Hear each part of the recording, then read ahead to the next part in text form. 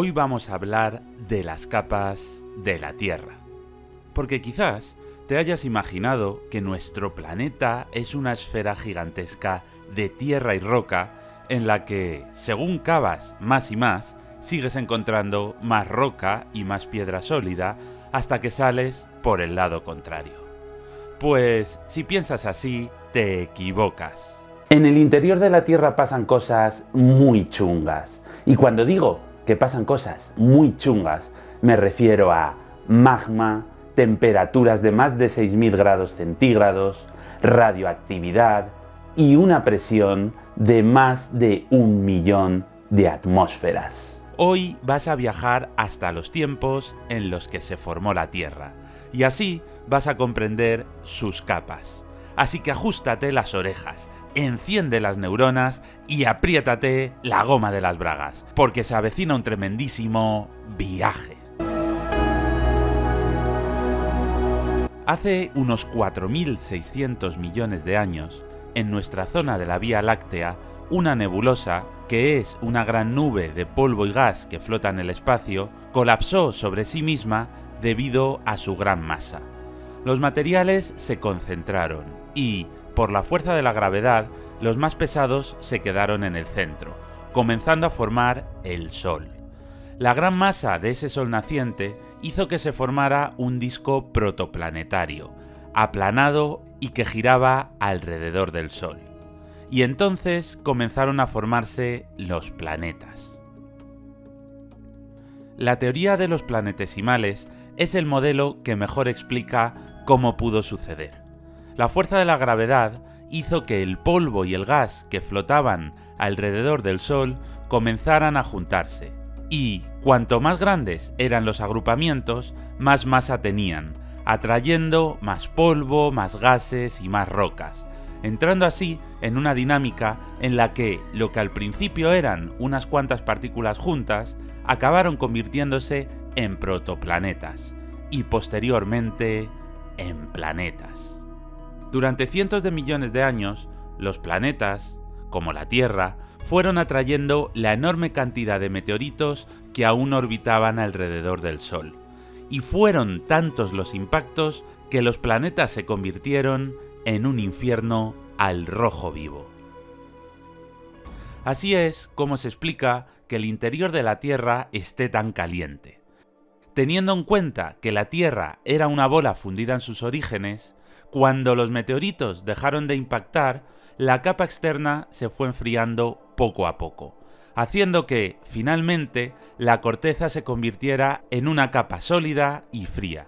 Pero como todo se enfría desde fuera hacia adentro, aún queda un enorme calor remanente de cuando la Tierra se formó. El interior de la Tierra, además de hierro, tiene muchísimos materiales radioactivos, que, al estar sometidos a una enorme presión, despiden muchísimo calor.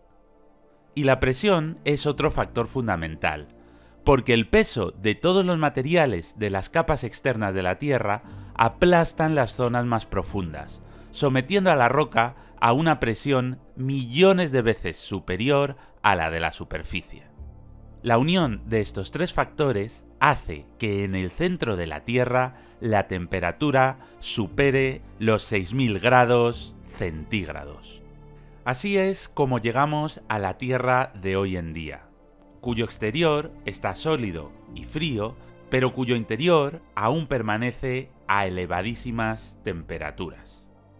Las capas internas de la Tierra se estudian en base a dos modelos, que nombran capas distintas. El modelo estático se centra en estudiar la composición química de cada capa, ya que según profundizamos, varían los minerales de cada capa. Y el modelo dinámico se centra en estudiar el comportamiento mecánico de los materiales, es decir, si son líquidos, viscosos o sólidos. Vamos a comenzar por el modelo estático. La capa externa es la corteza, con un grosor que varía entre los 3 y 70 kilómetros, de roca dura y rígida.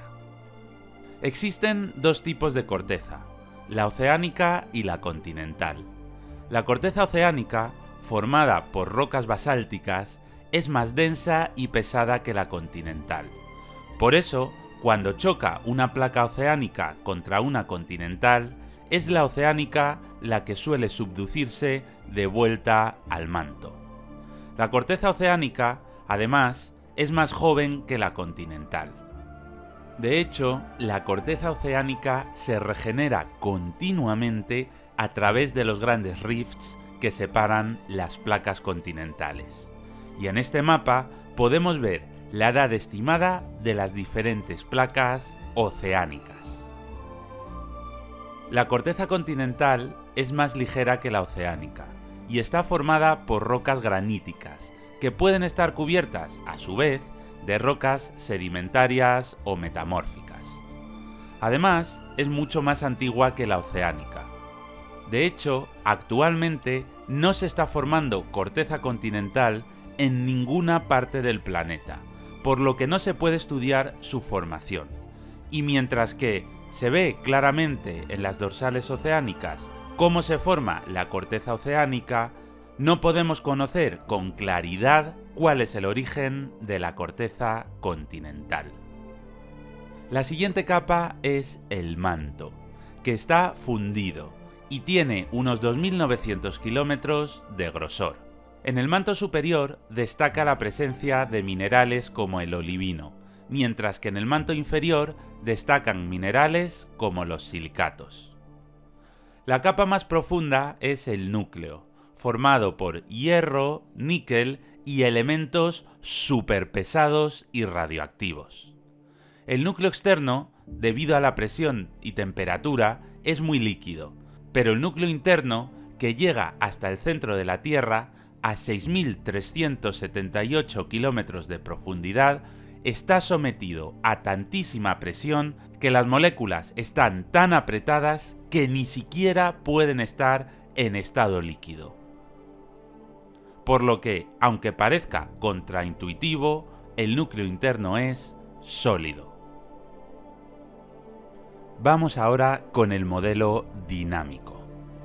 La litosfera es la capa más externa, que se caracteriza por comportarse de manera frágil ante las deformaciones, es decir, partiéndose, ya sea mediante la aparición de fallas, corrimientos o cabalgamientos.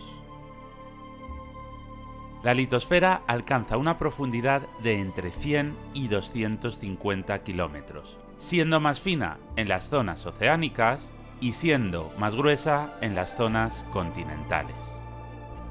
La astenosfera llega hasta los 350 kilómetros de profundidad y, al tener un porcentaje mayor de roca fundida, puede moverse con independencia de la litosfera. La siguiente capa es la mesosfera, que equivale al resto del manto. En esta capa los minerales están fundidos, con una textura viscosa, que permite el movimiento de las corrientes de convección. Finalmente, la endosfera se corresponde con el núcleo, que se divide, al igual que en el otro modelo, en el núcleo externo, que es líquido, y en el núcleo interno, que es sólido. Pero, ¿y si te dijera que el pozo más profundo que ha excavado el ser humano solo tiene 12 kilómetros de profundidad? ¿Cómo podemos saber lo que pasa a 6.300 kilómetros si solo hemos conseguido excavar 12? Pues para eso, amigos, está la inteligencia del ser humano y la ciencia. Un método fue tratar de perforar lo más profundamente posible para conocer cómo eran las capas internas de la Tierra. Fue en la Unión Soviética donde se excavó el pozo superprofundo de Kola, que llegó hasta los 12 kilómetros de profundidad. La roca alcanzaba temperaturas de casi 200 grados, por lo que comenzaba a ser viscosa.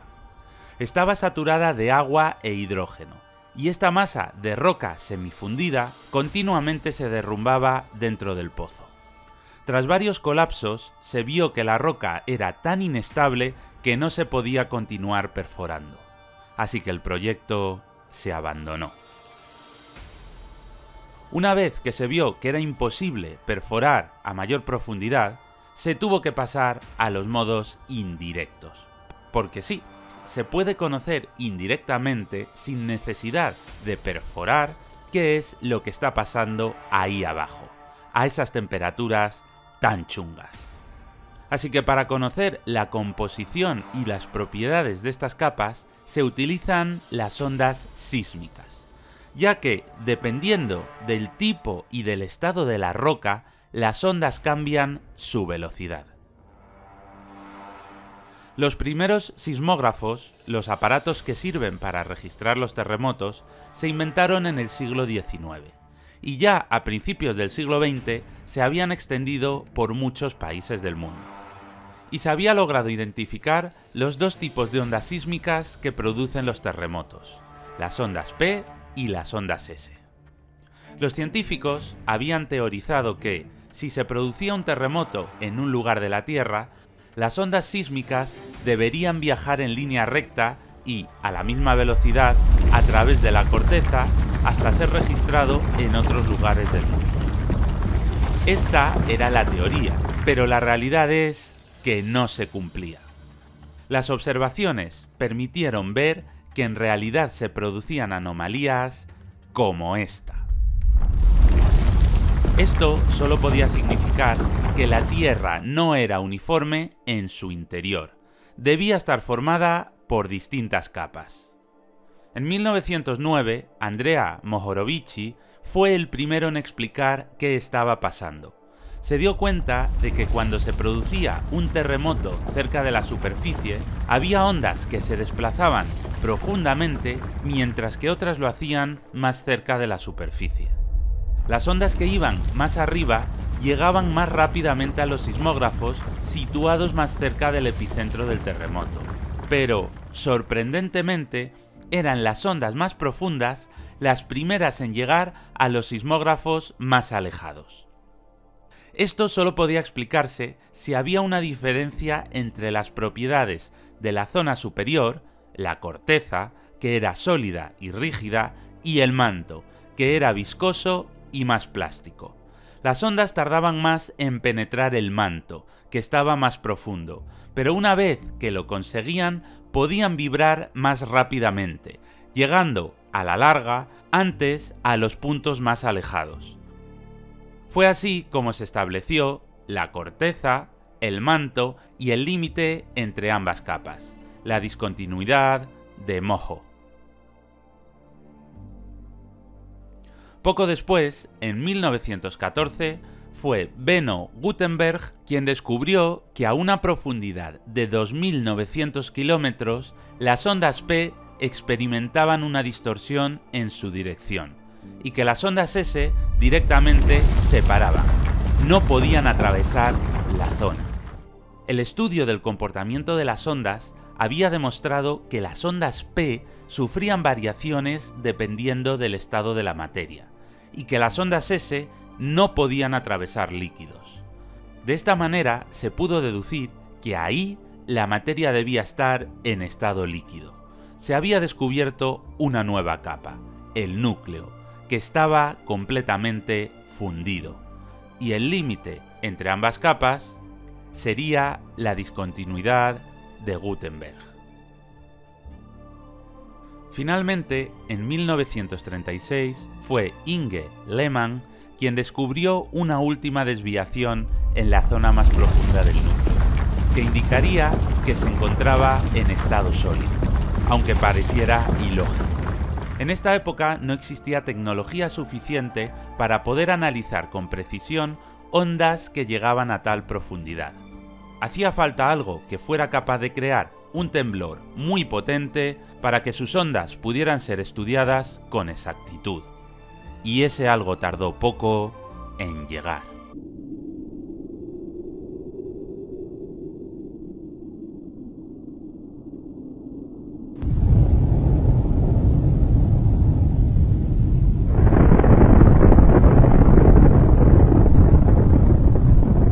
Durante los años 60, Estados Unidos ya había llenado el planeta de sismógrafos y aprovechó sus pruebas nucleares para echarle un cable a la ciencia. Ahora se podía saber el momento y el lugar exactos en los que se producía la explosión, que a su vez desencadenaba un temblor. Se podría estudiar las ondas con precisión milimétrica. Y fue así como se pudo identificar que esta nueva capa, que sería bautizada como núcleo interno, comenzaba a una profundidad de 5.120 kilómetros. Y básicamente así, estudiando el comportamiento de las ondas y comparándolo con estudios en laboratorio en los que se estudiaba a qué velocidad se movía en distintos tipos de minerales, es como se ha logrado deducir cómo es el interior de la Tierra. Todo ello sin necesidad de bajar hasta allí abajo. Todo ello usando nuestra mejor herramienta, el cerebro.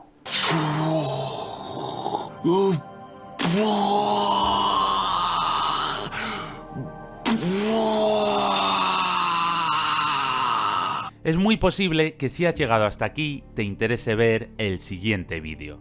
Si eres alumno de bachillerato y quieres ver más vídeos de geografía e historia, te recomiendo que te suscribas al canal. Y si eres docente, también, porque tienes perlitas para que vean tus alumnos. Y si estás estudiando las oposiciones, te recomiendo que te veas la playlist específica para opositores de geografía e historia. Si te ha sido útil, dale un buen like y comenta. Y pásaselo a quienes creas que pueda interesarle. Muchas gracias y un saludo.